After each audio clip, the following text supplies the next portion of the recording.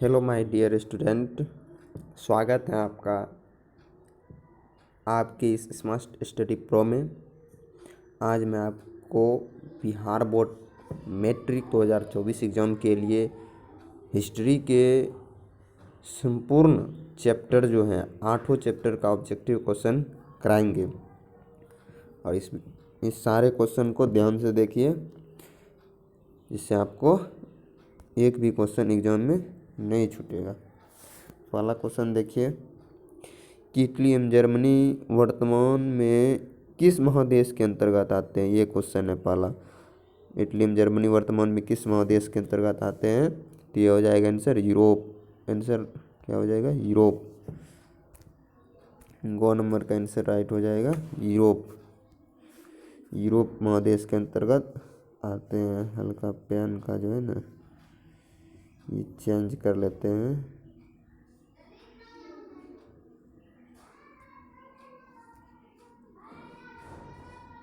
Option यहाँ पे छोटा कर लेते हैं, जिससे कि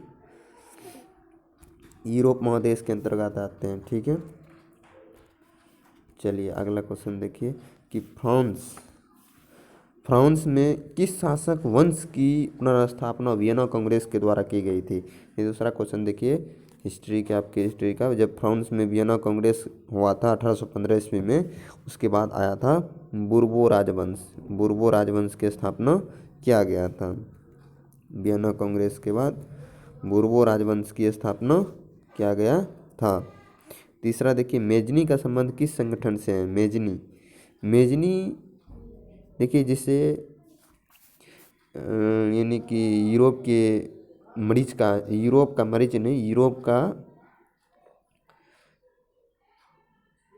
तलवार नहीं, तलवार तो इसको कहा जाता है, इसे जो भी कहा जाता होगा। ये मेजनी का संबंध किससे? कार्बोनेरी की स्थापना किया था इन्होंने। ठीक, और आगे देखिए चौथा क्वेश्चन, इटली एवं जर्मनी के एकीकरण के विरुद्ध निम्न में से कौन था। इटली एवं जर्मनी के एकीकरण के विरुद्ध ऑस्ट्रिया ही था, जो इन सब का एकीकरण नहीं करवाना चाहता था। ये इटली एवं जर्मनी के एकीकरण के विरोध था। काउंट काबूर को विक्टर इमैनुअल ने किस पद पर नियुक्त किया था। ये प्रधानमंत्री पद पर नियुक्त किया था। काउंट काबूर ने विक्टर इमैनुअल को प्रधानमंत्री पद पे नियुक्त किया था। गेरिबाल्डी पेशे से क्या थे? गेरिबाल्डी पेशे से एक नाविक थे, नाव चलाने वाला था गेरिबाल्डी। क्या था? नाविक था। जर्मन राइन राज्य का निर्माण किसने किया था? जर्मन राइन राज्य जब नेपोलियन बोनापार्ट राजा बना था, उसने जर्मन राइन राज्य का निर्माण किया था। ये आगे देखिए 8वां क्वेश्चन क्या है कि जोल्वेरीन एक संस्था थी। जोल्वेरीन किसकी संस्था थी? ये व्यापारियों की संस्था थी। किसकी संस्था थी? व्यापारियों की। रक्त एवं लौह की नीति का अवलंबन किसने किया था? रक्त एवं लौह की नीति का अवलंबन ये था बिस्मार्क। जर्मनी के एकीकरण करने के लिए रक्त और लौह की नीति का अवलंबन किया था। फ्रैंकफर्ट की संधि कब हुई थी? फ्रैंकफर्ट की संधि देखिए 1871 ईस्वी में। बहुत इंपॉर्टेंट क्वेश्चन है। VVI फिक्स है, आएगा ही फिक्स, इसको रट लीजिए। देखिए यूरोप वासियों के लिए किस देश का साहित्य एवं ज्ञान प्रेरणा स्रोत रहा है? यूरोप वासियों के लिए विज्ञान प्रेरणा स्रोत रहा है। किसका इतिहास प्रेरणा स्रोत रहा है? ये हो जाएगा यूनान का। 1829 ईस्वी में एड्रियानिपोल की संधि किस देश के साथ हुई थी? एड्रियानिपोल की संधि ये तुर्की के साथ हुआ था 1829 ईस्वी में, एड्रियानिपोल की संधि। आगे चलिए, अब देखिए पहला चैप्टर यहाँ से खत्म है। अब सेकेंड चैप्टर स्टार्ट है। सेकेंड चैप्टर का देखिए फर्स्ट क्वेश्चन है कि रूस में कृषक दास प्रथा का अंत कब हुआ? 1861 ईस्वी में कृषक दास प्रथा का अंत हुआ था रूस में। फिर देखिए रूस में जार का अर्थ क्या होता है? रूस में जार का अर्थ होता है रूस का सम्राट। रूस के सम्राट को ही कहते हैं रूस का जार। कार्ल मार्क्स का जन्म कहाँ हुआ था? कार्ल मार्क्स का जन्म, जिसे 1800 समाजवादियों का बाइबिल कहते हैं, ये 1800 थी ईस्वी में जर्मनी में हुआ था, 1881 ईस्वी में जर्मनी में। साम्यवादी शासन का पहला प्रयोग कहाँ हुआ था? साम्यवादी शासन का पहला प्रयोग रूस में। साम्यवादी शासन का पहला प्रयोग कहाँ हुआ था? रूस में।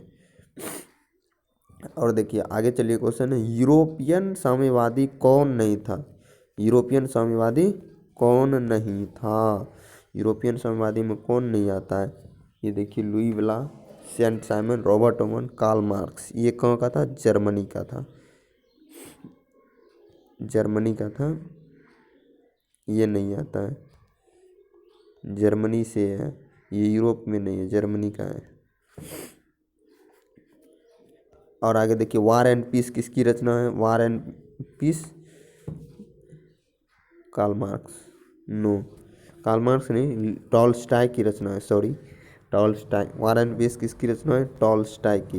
बोल्शेविक क्रांति कब हुआ था? बोल्शेविक क्रांति नवंबर 1917 ईस्वी में। ये क्वेश्चन बहुत इंपॉर्टेंट है, VVI लगा दीजिए।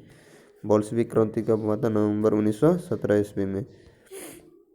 लाल सेना का गठन किसने किया था? लाल सेना का गठन, लाल सेना, ट्रॉट्स्की, ये है ट्रॉट्स्की, लाल सेना का गठन करने वाला ट्रॉट्स्की। लेनिन की मृत्यु कब हुई थी? लेनिन की मृत्यु कब हुई थी? 1921, 1924, 1924 देखिए, ऑप्शन नंबर डी। लेनिन की मृत्यु कब हुआ था? 1924, ऑप्शन नंबर डी हो जाएगा, इज राइट आंसर। लेनिन की मृत्यु कब हुआ था? 1924 ईस्वी में। देखिए दूसरा क्वेश्चन है कि ब्रेट लिटोवस्की की संधि किन दो देशों के बीच हुआ था? ब्रेट लिटोवस्की की संधि किन दो देशों के बीच हुआ था? ब्रेट लिटोवस्की की संधि रूस इटली, रूस इंग्लैंड, और ऑप्शन में इधर रूस फ्रांस हो जाएगा। ब्रेट लिटोवस्की की संधि रूस फ्रांस के बीच हुआ था। अगला क्वेश्चन देखिए सेकेंड चैप्टर खत्म है। यहाँ से सेकेंड चैप्टर का जितना भी ऑब्जेक्टिव है ये खत्म हो गया। आगे चलिए, यहाँ पे अगला चैप्टर है, यहाँ पर अगला चैप्टर का नाम है हिंद चीन में राष्ट्रवाद। हिंद चीन, देखिए हिंद चीन क्षेत्र में कौन कौन आता है? हिंद चीन क्षेत्र में आता है कंबोडिया, वियतनाम, लाओस, ये तीनों क्षेत्र आता है हिंद चीन में। Option number go is the right answer. Angkor Wat का मंदिर कहाँ है? अंकोरवाट का मंदिर कहाँ है? कंबोडिया में है। अंकोरवाट का मंदिर कंबोडिया में। हिंद चीन पहुँचने वाले प्रथम व्यापारी कौन थे? पहले पुर्तगाल आया था, उसके बाद ये सब आया था। सबसे पहले कौन आया था? हिंद चीन, पुर्तगाल। हिंद चीन पहुँचने वाले पहले व्यक्ति पुर्तगाल। हिंद चीन में बसने वाले फ्रांसीसी क्या कॉलोन, हिंद चीन में जो आया फ्रांसीसी उसको कॉलोन कहा जाता था। होने के बाद जो बसा उसको कॉलोन। नरोत्तम सिन्हानु कहाँ के शासक थे? नरोत्तम सिन्हानु कहाँ के? कंबोडिया के शासक थे। नरोत्तम सिन्हानु कंबोडिया के शासक। ये भी बहुत ही इम्पोर्टेंट क्वेश्चन है। आगे चलिए, देखिए छठा number, history of the loss of Vietnam किसने लिखा था? ये Phan Boi Chau history of the loss of Vietnam लिखा था। 1946 ईस्वी में फ्रांस वियतनाम के बीच होने वाले समझौता 1946 ईस्वी में हनोई समझौता हुआ था, और जेनेवा समझौता 1954 ईस्वी में। 1954 ईस्वी में जेनेवा समझौता।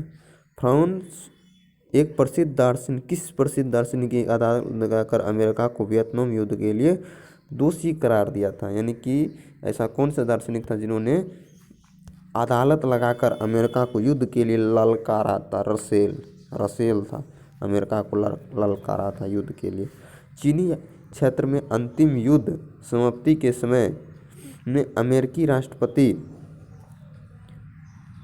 कौन थे? जब चीन का जो अंतिम युद्ध हो रहा था उस समय जो अंतिम युद्ध समाप्ति के समय उस समय के राष्ट्रपति कौन थे? ये निक्सन राष्ट्रपति था, निक्सन था।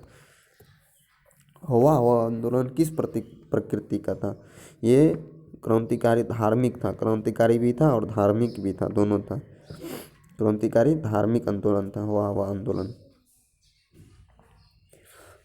और ये देखिए तीसरा चैप्टर खत्म हो गया। चौथा चैप्टर देखिए कि गदर पार्टी की स्थापना किसने और कब की थी? देखिए गदर पार्टी, ये इम्पोर्टेंट BBI क्वेश्चन है। गदर पार्टी की स्थापना किसने और कब की थी? गदर पार्टी का स्थापना क्या था? लाला हरदयाल 1913 ईस्वी में। किसने? हरदयाल ने कब? 1913 ईस्वी में गदर पार्टी का स्थापना किया था। जलियांवाला बाग हत्याकांड किस तिथि को हुआ? कब हुआ था? 13 अप्रैल 1919 ईस्वी को। ये सबको याद होता है। चलिए, लखनऊ समझौता किस वर्ष हुआ था? लखनऊ समझौता देखिए, लखनऊ समझौता किस वर्ष हुआ था? 1916 में लखनऊ समझौता हुआ था। असहयोग आंदोलन का प्रस्ताव कांग्रेस के किस अधिवेशन में पारित हुआ? असहयोग आंदोलन का प्रस्ताव कांग्रेस के किस अधिवेशन में हुआ था? सितंबर 1920 कलकत्ता अधिवेशन। ये है ऑप्शन नंबर ए।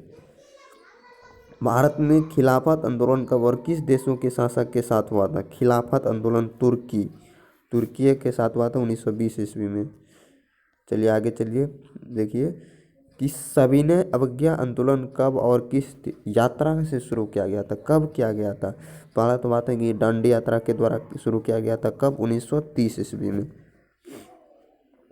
पूर्ण स्वराज की मांग का प्रस्ताव कांग्रेस के किस वार्षिक अधिवेशन में हुआ? पूर्ण स्वराज का मांग किस वार्षिक अधिवेशन में हुआ था?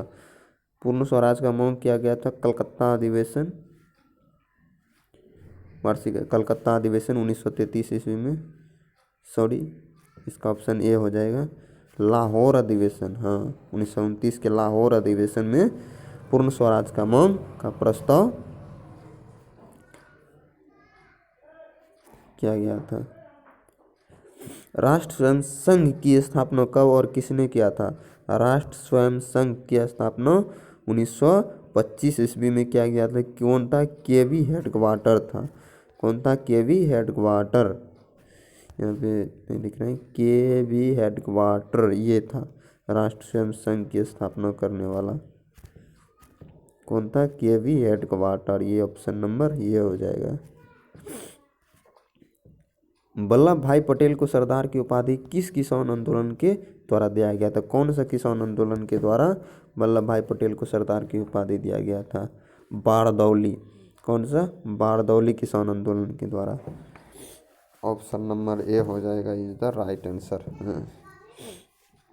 रंपा विद्रोह कब हुआ? देखिए, रंपा विद्रोह भी कब हुआ था? 1916 ईस्वी में। रंपा विद्रोह कब हुआ था? 1916 ईस्वी में रंपा विद्रोह हुआ था। आगे चलिए, ये ख़त्म हो गया चौथा चैप्टर का भी ऑब्जेक्टिव भी ख़त्म। ये सारे ऑब्जेक्टिव को कर लीजिए, आपका इससे 10 से 15 नंबर ज़रूर आएगा ऑब्जेक्टिव में। चलिए आगे देखिए, क्वेश्चन है कि स्पेनिंग जेनी का आविष्कार कब हुआ था? स्पेनिंग जेनी का आविष्कार किया था 1770 ईस्वी में स्पेनिंग जेनी का आविष्कार हुआ था। सेफ्टी लैंप का आविष्कार किसने किया था? Humphry Davy. सेफ्टी लैंप किसने आविष्कार किया था? हम्फ्री डेवी ने। मुंबई में सर्वप्रथम सूती कपड़ों की मिल की स्थापना कब हुआ था? सूती कपड़ा मिल कब स्थापित किया गया था? 1851 ईस्वी में। 1851 ईस्वी में सूती कपड़ा मिल की स्थापना किया गया था। 1917 में भारत में पहली 1917 ईस्वी में भारत में पहले जूट मिल किस शहर में? जूट मिल कहाँ स्थापित? कलकत्ता में आया था जूट मिल भारत में। भारत में कोयला उद्योग का प्रारंभ कब हुआ? कोयला 1914 में कोयला उद्योग का प्रारंभ हो गया था। जमशेदजी टाटा ने Tata iron and steel company की स्थापना कब किया था? जमशेदजी टाटा 1907 ईस्वी में। 1907 ईस्वी में जमशेदजी टाटा ने Tata iron and steel company की स्थापना किया था। भारत में टाटा हाइड्रो इलेक्ट्रिक पावर की स्थापना 1910 ईस्वी में किसने किया था? 1910 ईस्वी में जमशेदजी टाटा थे, उन्होंने किया था। आगे देखिए, बहुत इंपॉर्टेंट क्वेश्चन है कि इंग्लैंड में सभी स्त्री पुरुष को मताधिकार कब प्राप्त हुआ? मताधिकार देने का कब प्राप्त हुआ था? ये 1918 में हुआ था मताधिकार, याद रखिएगा। अखिल भारतीय ट्रेड यूनियन कांग्रेस की स्थापना कब हुआ था? अखिल भारतीय ट्रेड यूनियन कांग्रेस, ये 1920 हो जाएगा right answer. Akhil Bharatiya trade union Congress के। भारत में पहला फैक्ट्री एक्ट कब पारित हुआ? भारत के लिए पहला फैक्ट्री एक्ट कब आया था? 1881 ईस्वी में, 81 ईस्वी में पहला फैक्ट्री एक्ट आया था। पहला फैक्ट्री एक्ट कब आया? 1881 ईस्वी में। चलिए, ये चैप्टर इसमें ज़्यादा ऑब्जेक्टिव इस चैप्टर में नहीं है। आगे देखिए, सामंती व्यवस्था को हटकर किस प्रकार की सारी व्यवस्था की प्रवृत्ति बढ़ी? कौन सा प्रवृत्ति आया था सामंती व्यवस्था से हटकर? ये प्रगतिशील प्रवृत्ति आया था। कौन आया था? प्रगतिशील प्रवृत्ति। ऑप्शन नंबर ए हो जाएगा right answer.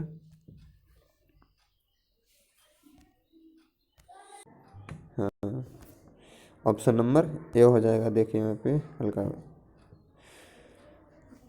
Option number A. आगे चलिए, शहर को आधुनिक व्यक्ति का किस प्रकार का क्षेत्र माना जाता है? प्रभाव क्षेत्र जाना जाता है। यानी कि आधुनिक व्यक्ति को शहर का कौन सा क्षेत्र माना जाता है? प्रभाव क्षेत्र। प्रभाव क्षेत्र, ऑप्शन नंबर बी यानी कि 2। अस्थायी कृषि के प्रभाव को कैसे जमाव संभव हुआ? अस्थायी कृषि से संपत्ति हो जाएगा इसका आंसर। अस्थायी कृषि के प्रभाव से जमाव संपत्ति। एक प्रयोगी एवं उद्यमी प्रवृत्ति से प्रेरित किस प्रकार की अर्थव्यवस्था लागू की गई? मुद्रा प्रधान अर्थव्यवस्था। मुद्रा प्रधान अर्थव्यवस्था। अखिल आधुनिक काल में औद्योगिकरण ने किस स्वरूप को गहन रूप से प्रभावित किया? किस स्वरूप को? ग्रामीण को। हाँ, औद्योगिकरण ने ग्रामीण सबको प्रभावित करते यानी कि शहर में बदल दिया। ग्रामीण को शहर में बदल दिया। जनसंख्या का घनत्व सबसे अधिक कहाँ होता है? स्वाभाविक है, जहाँ महानगर है वहाँ पे ज़्यादा लोग रहता है, जनसंख्या वहीं पे घनत्व ज़्यादा होगा। देखिए, 1810 से 1880 तक लंदन की आबादी 10 लाख से बढ़कर कहाँ पहुँच गई थी? यानी कि 70 साल के बीच में लंदन की आबादी 40 लाख हो गई। 10 से 40 लाख, 4 गुना बढ़ गया। लंदन में अनिवार्य शिक्षा लागू कब हुआ था? लंदन में अनिवार्य शिक्षा कब लागू हुआ था? लंदन में अनिवार्य शिक्षा 1860 की 1870 दे दीजिए, 70 में लागू हुआ था। कौन सा सामाजिक वर्ग बुद्धिजीवी वर्ग के रूप में उभर कर आया? ये मध्यम वर्ग। मध्यम वर्ग ही था जो कि बुद्धिजीवी वर्ग के रूप में उभर कर आया। पूंजीपति वर्ग के साथ किस वर्ग का शोषण हो रहा था? सभ्य पूंजीपति वर्ग के साथ के द्वारा श्रमिक का भी, मध्यम वर्ग का भी, कृषक वर्ग का भी, सभी का शोषण किया जा रहा था। क्यों? पूंजीपति वर्ग। प्राचीन काल में किस स्थल मार्ग से, ये चैप्टर खत्म हो गया। आगे दूसरा चैप्टर देखिए, 7वां चैप्टर है ये, कि प्राचीन काल में किस स्थल मार्ग से एशिया यूरोप का व्यापार होता था? ये रेशम मार्ग। कौन सा? रेशम मार्ग से होता था। पहला विश्व बाजार के रूप में कौन सा शहर उभर कर आया? विश्व बाजार अलेक्जेंड्रिया आ जाएगा। विश्व बाजार में अलेक्जेंड्रिया वो शहर था जो पहला विश्व बाजार के रूप में उभर कर सामने आया। आधुनिक युग में व्यवस्था के क्षेत्र में होने वाले सबसे बड़ी क्रांति कौन सी है? व्यवस्था के, आधुनिक युग में अर्थव्यवस्था के जो क्षेत्र हैं उसमें होने वाली सबसे बड़ी क्रांति है वाणिज्य क्रांति नहीं, साम्यवादी क्रांति ये भी नहीं, भौगोलिक क्रांति नहीं, औद्योगिक क्रांति। औद्योगिक क्रांति ही है, औद्योगिक क्रांति आधुनिक युग में। गिरमिटिया मजदूर बिहार के किस क्षेत्र से भेजे जाते थे? गिरमिटिया मजदूर ये पश्चिमी क्षेत्र हो जाएगा। कौन सा क्षेत्र हो जाएगा? पश्चिमी क्षेत्र। विश्व बाजार का विस्तार आधुनिक काल में किस समय से प्रारंभ हुआ? विश्व बाजार कब से आया? 18वीं शताब्दी से। ऑप्शन नंबर ख। विश्वव्यापी आर्थिक संकट किस वर्ष आरंभ हुआ? विश्व आर्थिक संकट आया था 14 में नहीं, प्रथम विश्व युद्ध हुआ था 1922 में भी नहीं, 27 में भी नहीं, 1929 गोवा नंबर 1929 में विश्वव्यापी आर्थिक संकट आया। आर्थिक संकट के कारण यूरोप में कौन सी नई शासन व्यवस्था प्रणाली का उदय हुआ था? आर्थिक संकट के कारण कौन सा यूरोप में शासन का प्रणाली का उदय हुआ था? ये देखिए, आर्थिक संकट के कारण क्या हुआ था?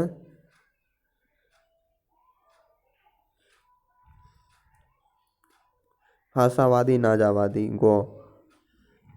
आशावादी नाजा, ये हो जाएगा।